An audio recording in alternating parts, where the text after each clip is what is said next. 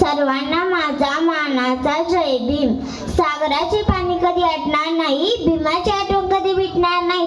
सागराचे पाणी कधी आटणार नाही, भीमाची आठवण कधी मिटणार नाही। अरे एकच जन्म काय, हजारो जन्म घेतले तरी आपल्या बाबासाहेबांचे उपकार कधीच मिटणार नाहीत। आपल्या बाबासाहेबांचे उपकार कधीच मिटणार नाहीत। अशा या महामानवाला नमस्कार करून मी आज तुम्हाला जयंतीच्या खूप खूप शुभेच्छा देते। राजरत्न कोण बरे माहितीये का तुम्हाला? राजरत्न नावाचा एक बाबासाहेबांना मुलगा होता। त्याला अचानक खूप ताप आला। बाबासाहेबांच्याकडे औषधासाठी एकही पैसा नव्हता। त्याचा ताप हळूहळू वाढतच चालला होता। त्याला कवटाळून कुशीत घेतल्याशिवाय बाबासाहेबांच्याकडे दुसरा पर्याय नव्हता।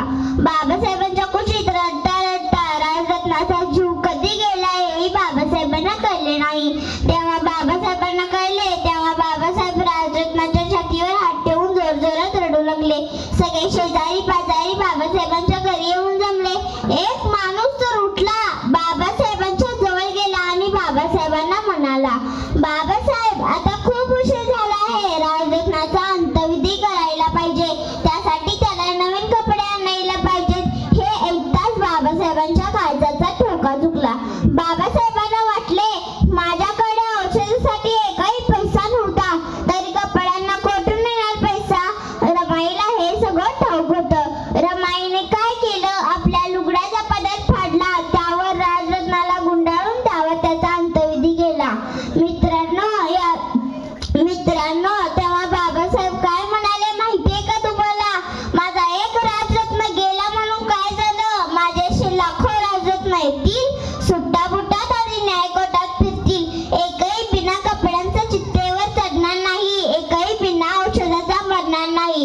बाबासाहेबांनी स्वतःचा विचार केला असता तर त्यांनी आज त्यांचे घर सोन्याच्या विटांनी बनवले असते। बाबासाहेब फक्त आपल्यासाठी झटत राहिले म्हणून मला म्हणावेसे वाटते की भूक लागली पोटात, भाकर नव्हती ताटात, बाबासाहेबांची कृपा झाली म्हणून पाणी उरलं माठात। एका बोटात 14 तोळ्याचं पाणी स्पर्शून व्यसन तोडलं जातीचं, पावाचं 2 तुकडे खाऊन सोनं केलंय काय काय रातीचं। मातीचं पान फेडून झालं, आई रमाईसाठी रडून झालं, घडून गेलं जे हजारो वर्षांपासून, जे कधीच घडलं नव्हतं, जे कधीच घडलं नव्हतं। आकाशी भरारी घेतली ज्या पंखांनी, जे पाखरू कधीच उडलं नव्हतं, जे पाखरू कधीच उडलं नव्हतं। म्हणून भूक लागली पोटात, भाकर नव्हती ताटात, बाबासाहेबांच्या कृपेमुळे आपण फिरतोय सुट्टा बुटात, बाबासाहेबांच्या कृपेमुळे आपण फिरतोय सुट्टा बुटात। बोला डॉक्टर बाबासाहेबांचा जय भीम।